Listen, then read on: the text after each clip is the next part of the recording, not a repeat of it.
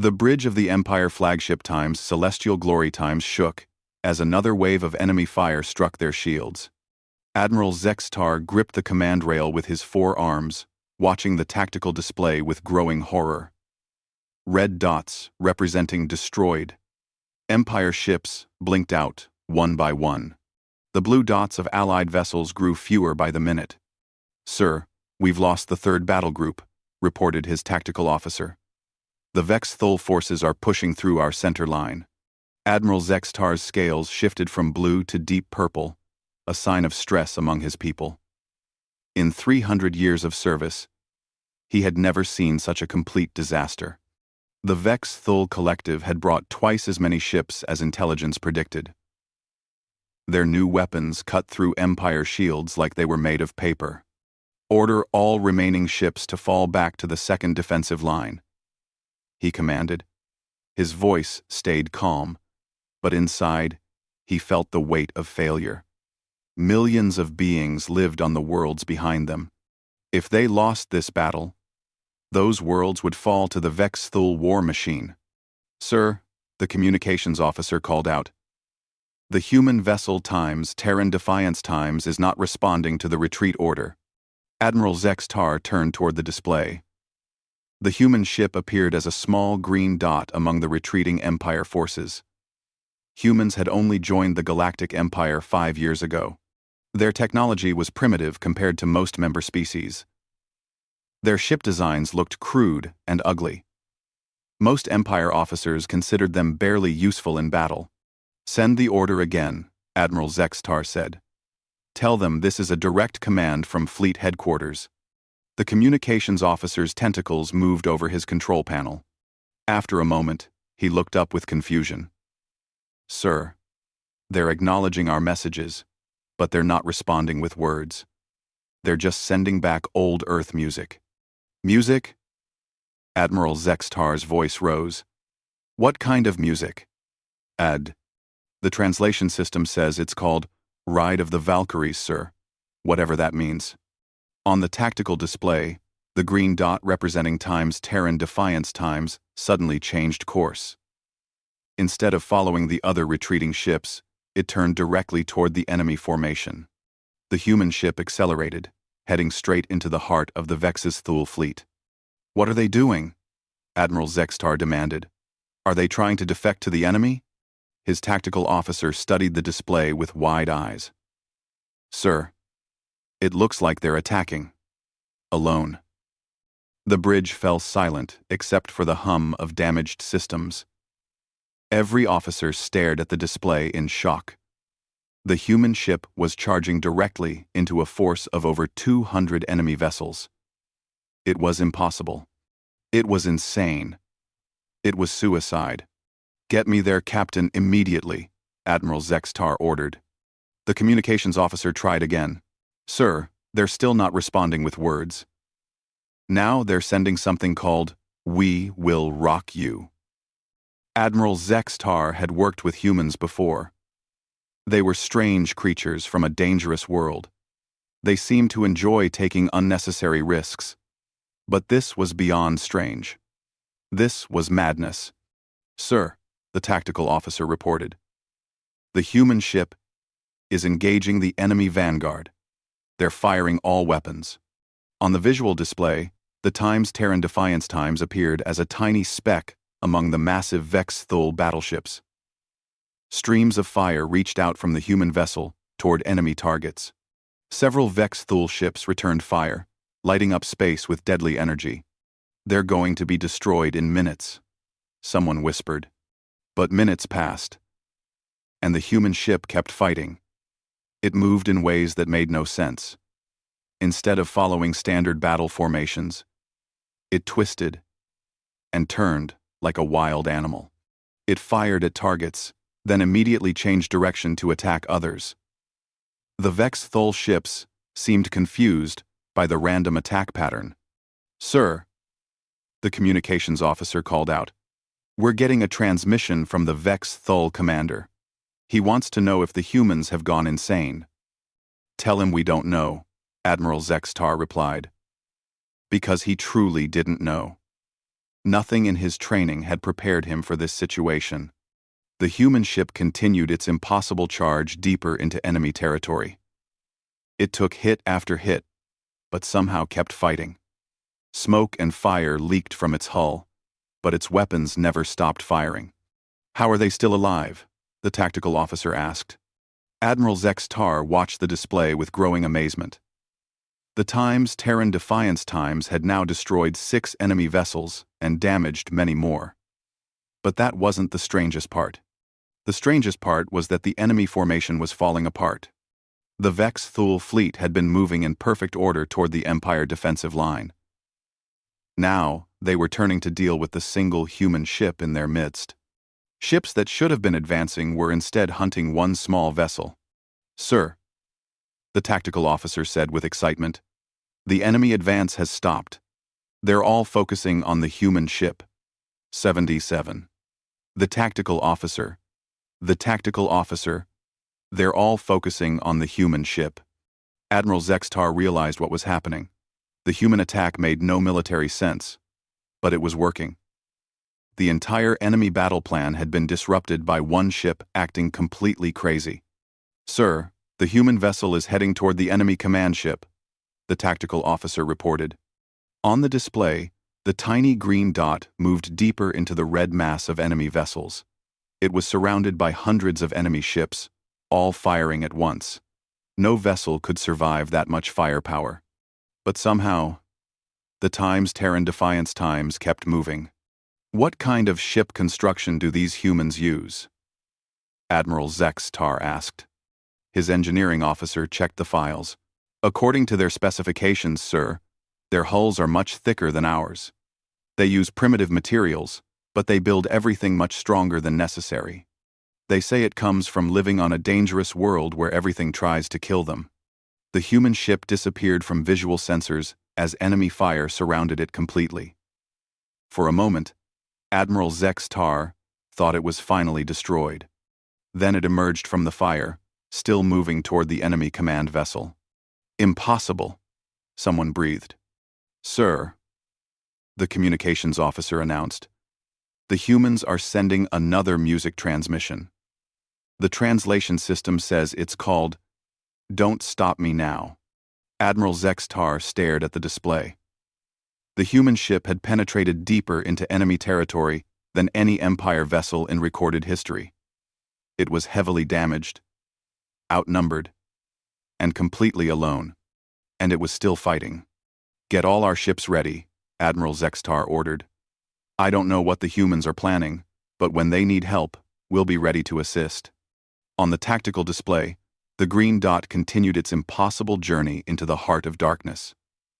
Whatever Captain Park and his crew were planning, they were willing to die for it. Admiral Zex-Tar just hoped they would live long enough for him to understand why.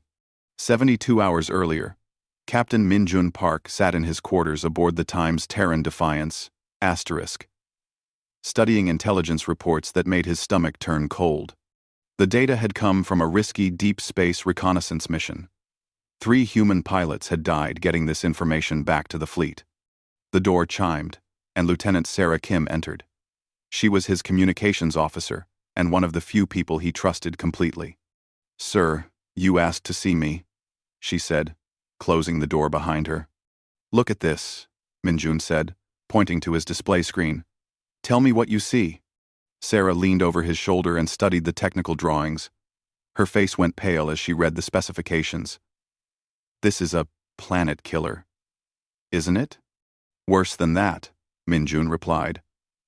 "According to our analysis, this weapon can destroy entire star systems. The Vex Thul have been building it in secret for over 2 years. They call it the System Cleanser." Sarah sat down heavily in the nearest chair. "How many people live in this sector?" "About 40 billion beings across 200 worlds," Min-Jun said quietly. "If this weapon becomes operational, they're all dead. Not just the military targets. Everyone." The intelligence report contained detailed scans of the Vex Thul superweapon. It was built inside a massive asteroid that had been hollowed out and converted into a mobile fortress. The weapon used some kind of chain reaction technology that could make a star go supernova. "Sir, why haven't you shared this with Admiral Zex Tar?" Sarah asked. Min Jun rubbed his tired eyes. "I tried. I sent the data to Empire Command 3 hours ago. Do you know what they told me?" "What?" "They said it was impossible. They said no species would build such a weapon because it would be too dangerous to control. They said the Vex Thul are evil, but they're not suicidal." Sarah stared at the technical drawings again. "But humans would build something like this if we had to, wouldn't we?" "That's exactly what I told them," Min Jun said. "But they don't understand how desperate species think. They've lived in peace for so long that they can't imagine total war. The Empire had been built on cooperation and trade. Most member species had evolved on peaceful worlds where survival came from working together. They fought wars, but they were limited wars with rules and boundaries. The concept of building a weapon that could destroy everything, including yourself, was beyond their understanding. But humans came from Earth. They understood desperate measures. "What did the Empire Command decide to do?" Sarah asked. "They're planning a standard retreat if tomorrow's battle goes badly. They'll fall back to the next defensive line and try to negotiate a peace treaty." Min Jun's voice was bitter. "They think the Vex Thul will be reasonable. But if the weapon is real, then the Vex Thul won't need to negotiate. They'll just activate it and kill everyone in this sector. Then, they'll move on to the next sector and do it again." Sarah was quiet for a long moment. Then she asked the question Min Jun had been dreading. "What are we going to do?" Min Jun stood up and walked to the window. Outside, he could see other Empire ships preparing for battle. Most of their crews believed they were fighting for territory or political control. They didn't know they were fighting for the right to exist. "I've been studying the weapon's location," he said. "It's protected by the main Vex Thul fleet. No Empire force could get close enough to disable it. But maybe one ship could." "One ship?" Sarah's voice was skeptical. "Against the entire enemy fleet? One ship that they don't expect? One ship that acts crazy enough to confuse their battle computers?" Min Jun turned back to face her. "The weapon has a weakness. Here, look at this." He pointed to a section of the technical drawings. "The power core is shielded, but there's a maintenance access port that gets exposed every 12 hours when they cycle the coolant system. If someone could get inside during that window, they could overload the core," Sarah finished. "But sir, getting to that access port would mean going through the entire enemy fleet and then boarding the asteroid facility." "I know. It would be suicide. Probably." Sarah was quiet again. Then she said, "The crew won't question your orders, but they deserve to know what they're volunteering for." Min Jun had already thought about this. In 3 hours, he would address the entire crew and explain the situation. He would give them a choice. They could follow Empire orders and retreat with the rest of the fleet. Or, they could volunteer for a mission that would probably kill them all. He already knew what they would choose. Humans were strange that way. "Sir, there's something else," Sarah said. "I've been monitoring Vex Thul communications. They're planning to activate the weapon tomorrow, right after they break our defensive line. How long do we have?" "Maybe 6 hours after the battle starts. Then the weapon will be ready to fire." Min Jun nodded. It was what he had expected. The Vex Thul weren't planning to just defeat the Empire fleet. They were planning to erase this entire sector of the galaxy. "Get me Chief Engineer Rodriguez and Weapons Officer Yamamoto," he said. "If we're going to do this, we need to modify our systems." "What kind of modifications?" "The kind that will let us survive long enough to complete the mission." Min Jun looked at the tactical data one more time. "We're going to remove most of our safety protocols. We're going to override the power limiters on our weapons and engines. We're going to turn this ship into something that can punch through enemy lines." "Sir, that could kill us just as easily as enemy fire." "Yes, but it might also save 40 billion lives." Sarah stood up and saluted. "I'll get the department heads immediately." As she left, Min-jun stared out the window again. Tomorrow, the Times Terran Defiance Times would charge into the enemy fleet alone. Admiral Zex-Tar and the other Empire commanders would think the humans had gone insane. Maybe they were right. But sometimes insanity was the only rational response to an impossible situation. And humans had learned that lesson long ago on a dangerous world where everything tried to kill them. The Times Terran Defiance Times shook violently as enemy plasma bolts slammed into her hull. Captain Min-jun Park gripped his command chair as sparks flew from damaged control panels around the bridge. The ship had been fighting alone for 30 minutes now, deep inside enemy territory. "Hull breach on Deck 7, reported Chief Engineer Rodriguez over the intercom. "We're sealing it now. But we've lost 2 more weapon batteries." "Understood," Min-jun replied. "Keep us moving, Rodriguez. How much longer until we reach the target?" 15 minutes, sir. "But I don't know if the engines will last that long." Through the main view screen, Min-jun could see the Vex-Thul asteroid fortress growing larger. It was enormous, easily 10 times the size of his ship. The surface was covered with weapon platforms and shield generators. It looked impossible to attack. But Min-jun had learned something important during his years in space. Things that looked impossible often had simple solutions if you were willing to pay the price. "Weapons Officer Yamamoto, status report," he called out. "Sir, we've destroyed 18 enemy vessels, but we've used 60% of our ammunition. The main cannon is overheating, and the missile tubes are jammed." Lieutenant Sarah Kim looked up from her station. "Sir, I'm detecting massive energy readings from the asteroid. The superweapon is charging up faster than we expected." Min-jun felt his heart sink. They had hoped to have more time. How long until it's ready to fire? And 3 hours, maybe less. That changed everything. If they couldn't disable the weapon in 3 hours, 40 billion people would die. The pressure made his head pound. But he forced himself to stay calm. Panic wouldn't help anyone. "All hands, this is the captain," he announced over the ship's intercom. "We're about to enter the most dangerous part of our mission. The next hour will determine whether this sector of the galaxy survives or dies. I know you're scared. I'm scared too. But remember why we're here. Thanks for watching. End this video. Also entered. Also NT. I'm C. Thank you for watching. And C. Around the bridge, his officers worked at their stations with quiet determination. These were good people.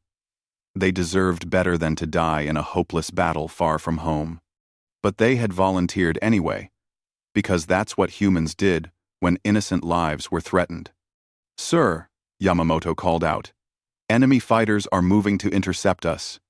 Min-jun looked at the tactical display. 20 Vex-Thul fighter craft were racing toward them from the asteroid base. Each one was faster and more heavily armed than anything the Times Terran Defiance Times carried. "Rodriguez, can you give me more speed?" he asked. "I can try, sir. But the engines are already running at 115% capacity. Any more and they might explode." "Do it anyway." The ship surged forward as Rodriguez pushed the engines beyond their safety limits. The deck vibrated under Min-jun's feet, and he could hear the hull groaning under stress. But they were moving faster now, closing the distance to their target. The enemy fighters opened fire, and space around the Times Terran Defiance Times filled with energy blasts. The ship's point defense systems shot back, destroying 3 fighters in the first exchange. But more kept coming. "Sir, we're taking heavy damage," Sarah reported. "Shield generators are failing." Min-jun made a decision that went against everything he had learned at the Space Academy. "Drop all shields.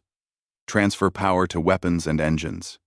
"Sir, that will leave us completely exposed," Yamamoto protested. "Yes, but it will also let us hit them harder and move faster. Sometimes, the best defense is to be too dangerous to attack safely." The shields disappeared, and immediately the ship felt more responsive. The weapons fired with increased power, destroying 2 more enemy fighters. The engines pushed them forward even faster toward the asteroid fortress. But without shields, every enemy hit caused direct damage to the hull. Warning lights flashed across every control panel. The smell of smoke and burned electronics filled the air. "Hull breach on Deck 12, Rodriguez reported. "We're losing atmosphere. Seal what you can, abandon what you can't," Min-jun ordered. "All non-essential personnel to emergency stations." Through the chaos of battle, Min-jun kept his eyes on their target. The asteroid was close now, maybe 5 minutes away, but the superweapon's energy readings were climbing steadily. They were in a race against time, and time was winning. "Sir," Sarah called out. "I'm receiving a transmission from the Vex Thul commander. He wants to know why we're doing this." "We're calls." "What does he mean?" "He says his species doesn't understand why humans would throw away their lives for beings they barely know. He's offering to let us retreat if we stop our attack." Min-jun almost laughed. The Vex Thul commander was trying to be reasonable. He thought this was about territory or politics or some other normal military objective. He couldn't understand that this was about something much more important. "Send him a message," Min-jun said. "Tell him we're not here to conquer anything. We're here to protect everything." The asteroid fortress was filling the view screen now. Its surface was covered with defensive weapons, all pointing at the approaching human ship. Min-jun could see the massive energy cannon that formed the superweapon's main barrel. It was already glowing with deadly power. "Sir, we're detecting the coolant cycle Sarah mentioned," Yamamoto announced. "The access port will be exposed in 2 minutes." "Perfect timing," Min-jun said. "Prepare boarding pods." "Sir." "The boarding pods weren't designed for assault missions," Sarah pointed out. "They're just transport vehicles. Then we'll have to modify them." Min-jun stood up from his command chair. "Rodriguez, can you rig the pods with explosive charges?" "Yes, sir. But anyone inside will probably die when they go off. Not if they're wearing heavy combat suits and time it right." Min-jun checked his personal weapon. "I'll lead the boarding party myself." "Sir, you can't," Sarah protested.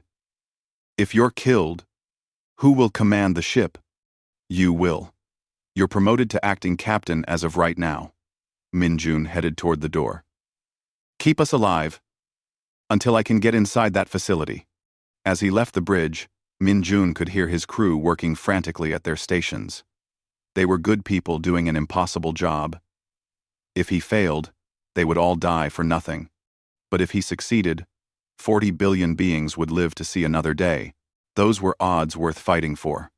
The Times Terran Defiance Times shuddered as more enemy fire struck the hull. In the distance, the superweapon continued charging its deadly power. Time was running out, but humans had never been good at accepting impossible odds. It was time to prove that once again. Captain Min-jun Park sealed his helmet as the boarding pod prepared to launch. Around him, 5 other crew members checked their equipment one final time. These were volunteers from different departments, all willing to die for the mission. "Remember," Min-jun said over the radio, "we have exactly 8 minutes while the access port is open. After that, the coolant system will seal it again." Sergeant Chen, the ship's security chief, hefted her plasma rifle. "What's the plan?" "Once we're inside, sir, we fight our way to the power core. According to the intelligence data, it's 3 levels down from the access port. We set explosive charges on the core and get out before it blows." "And if we can't get out?" asked Dr. Patel, the ship's medical officer who had insisted on joining the mission. "Then we make sure the charges go off anyway," Min-jun said quietly. The boarding pod shuddered as it detached from the Times Terran Defiance asterisk. Through the small window, Min-jun could see the asteroid fortress growing larger. Its surface was scarred with weapon ports and sensor arrays. It looked like the inside of some mechanical beast. 30 seconds to impact, announced the pod's computer. Min-jun gripped his weapon tighter. Everything depended on the next few minutes. If they failed, the superweapon would fire and destroy entire star systems. Billions of innocent beings would die because 6 humans couldn't complete one mission. The pod slammed into the asteroid's surface and immediately began cutting through the outer hull. Sparks flew as the automated systems burned their way inside. Min-jun could hear the hiss of escaping atmosphere from the facility. "Breach complete," the computer announced. "Access port is open." The pod's door exploded outward, and Min-jun led his team into the asteroid facility. They found themselves in a maintenance corridor filled with pipes and conduits. The air was thin and cold, and everything was painted the same gray color that the Vex's Thule seemed to prefer. "Which way to the power core?" Chen asked. Min-jun checked his portable scanner. "Down this corridor, then left, at the first junction." They moved quickly but carefully through the facility. The corridors were designed for Vex Thule workers, who were taller and thinner than humans. Everything felt cramped and uncomfortable. After 2 minutes of running, they heard footsteps ahead. Min-jun held up his hand, and the team stopped. Around the corner came 3 Vex Thule technicians carrying toolkits. They saw the humans and froze in surprise. "Intruders," one of them shouted in their clicking language. Chen's plasma rifle fired 3 times. The Vex Thule collapsed to the floor, but not before one of them activated an alarm. Sirens began wailing throughout the facility. "So much for surprise," Dr. Patel muttered. "It doesn't matter," Min-jun said. "We just need to reach the power core." They ran faster now, knowing that enemy soldiers would be coming soon. The facility was larger than Min-jun had expected. The corridors seemed to go on forever, twisting and turning through the hollow asteroid. "Sir," called Engineer Kowalski, "I'm detecting massive energy readings ahead. The power core must be close." They reached a large chamber filled with humming machinery. In the center stood a cylindrical device 3 times taller than a human. It pulsed with blue energy, and the air around it shimmered with heat. "That's it," Min-jun breathed. "That's the heart of their weapon." Dr. Patel was already unpacking explosive charges from her backpack. "Where should I place these?" Base of the cylinder," Min-jun said. "The support structures look weakest there." As Patel worked, Min-jun heard the sound of running footsteps from multiple corridors.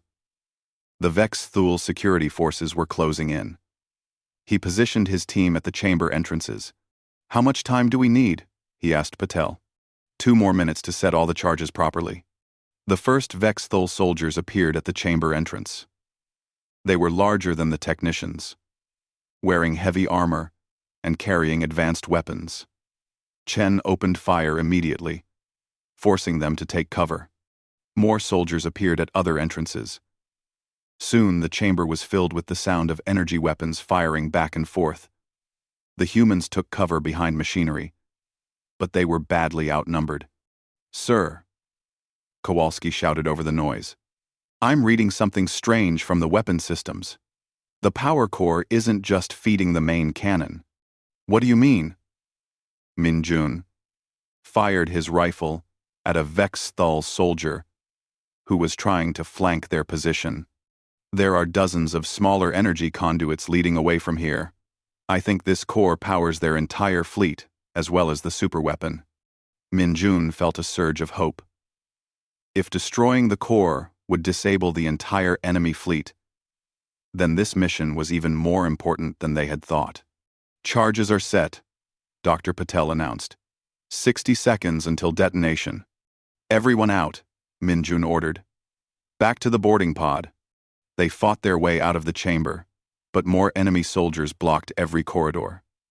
The Vex Thule were determined to stop them from escaping. Plasma bolts flew in every direction. Sergeant Chen fell first, hit by enemy fire while covering the team's retreat. She stayed down, but kept shooting until her rifle ran out of power. "Leave me," she gasped. "Get the others out." Min-jun wanted to help her, but he knew she was right. The mission was more important than any individual life. That's what humans understood, that other species didn't. Sometimes you had to sacrifice everything for a chance to protect what mattered most. They reached the boarding pod with 30 seconds to spare.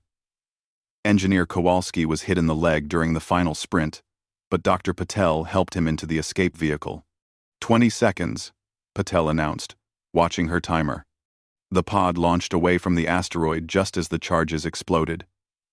The blast was much larger than expected, sending shockwaves through the entire facility.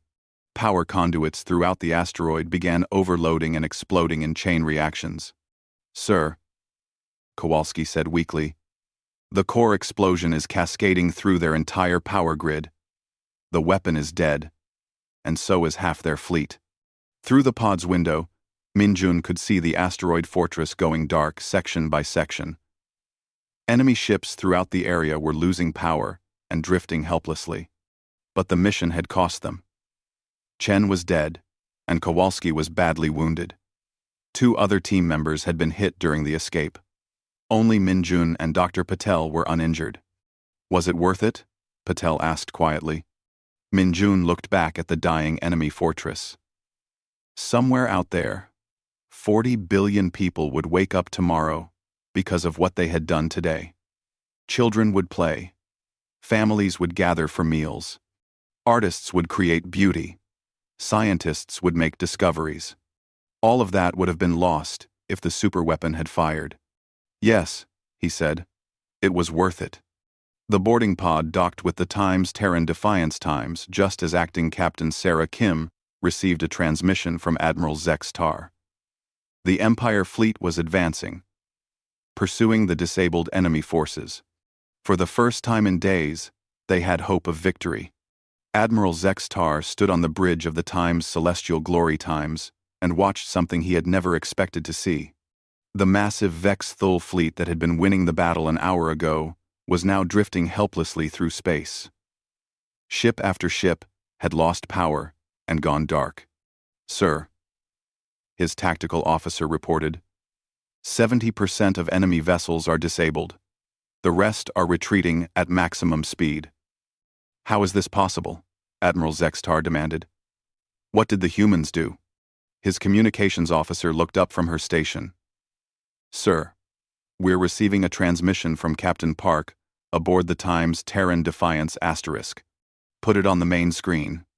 Captain Minjun Park appeared on the display. His uniform was torn and dirty, and there was a bandage on his forehead. Behind him, the human ship's bridge showed signs of severe damage. Sparks still fell from broken panels. "Admiral Zex Tar," Minjun said in his calm voice, "the Vex Thul superweapon has been destroyed. Their main power source is gone, which is why most of their fleet is disabled." "Superweapon?" Admiral Zex Tar's scales shifted to confused yellow. "What? Superweapon. What? Superweapon." Minjun looked tired, like someone who had seen too much death in too short a time. "A planet killer, sir. They built it inside the asteroid fortress. It could have destroyed this entire sector of the galaxy." The bridge of the Empire flagship fell silent. Admiral Zex Tar felt his blood run cold. "How many people live in this sector?" "About 40 billion beings, sir." "And you saved them all?" "My crew saved them, sir. Many good people died to complete this mission." Admiral Zex Tar stared at the human captain. Minjun Park was not an impressive figure. He was smaller than most Empire officers, and his ship was primitive compared to advanced alien vessels. But this ordinary human from a backward world had just prevented the greatest disaster in galactic history. "Captain Park," Admiral Zex Tar said slowly, "why didn't you tell us about the superweapon before the battle?" "I tried, sir. I sent the intelligence data to Empire Command 3 days ago. They said it was impossible. They said no species would build such a weapon. But you believed it was real." "Yes, sir. Because humans understand what desperate people will do. We come from a world where survival requires extreme measures. We know that sometimes you have to risk everything to save what matters most." Admiral Zex Tar thought about his own species. They had evolved on a peaceful world where cooperation solved most problems. The idea of building a weapon that could destroy everything, including yourself, was beyond their understanding. But humans came from Earth, a planet that had tried to kill them for millions of years. They understood desperation in ways that peaceful species never could. "Sir," the tactical officer interrupted, "we're detecting a large Vex-Thul command ship approaching. It's not disabled like the others." On the display, a massive enemy vessel emerged from behind the asteroid fortress. Unlike the other ships, this one still had full power. Its weapons were charging, and it was heading directly toward the damaged Times Terran Defiance asterisk. "Captain Park," Admiral Zextar called out, "you need to retreat immediately. You're in no condition to fight." Minjun looked at his tactical display and shook his head. "We can't retreat, sir. Our engines are too damaged. We're not going anywhere." "Then we'll come to assist you." "No, sir. That ship is too powerful. You need to protect the retreat of the civilian evacuation fleet." Admiral Zextar realized what the human was saying. The Empire forces could either save Captain Park and his crew, or they could protect thousands of civilian ships that were fleeing the battle zone. They couldn't do both. Any normal military commander would choose to save his own forces. But Admiral Zextar had learned something important today about how humans made decisions. "All Empire ships," he broadcast on the fleet frequency, "advance to support the Times Terran Defiance asterisk. Maximum speed." "Sir," his tactical officer protested, "the civilian fleet will be vulnerable." "The civilian fleet is already safe because of what the humans did," Admiral Zextar replied. "Now it's our turn to show the same courage they showed us." On the display, the Times Terran Defiance Times turned to face the approaching Vex-Thul command ship. The human vessel was heavily damaged and outgunned, but it moved into battle position anyway. "Sir," Minjun said over the communication channel, "you don't have to do this. We volunteered for this mission, knowing we might not survive." "Captain Park," Admiral Zextar said firmly, "you charged into enemy territory alone to save people you had never met. The least we can do is stand with you now." The battle that followed was brief but fierce.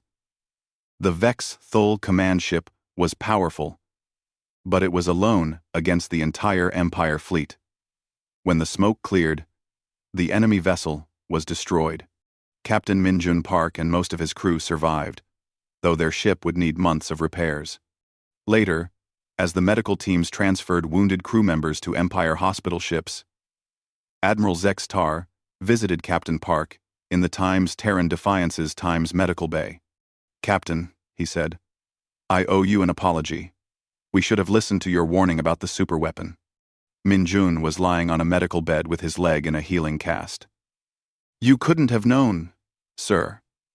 Most species don't think the way humans do." "How do humans think?" Minjun was quiet for a moment.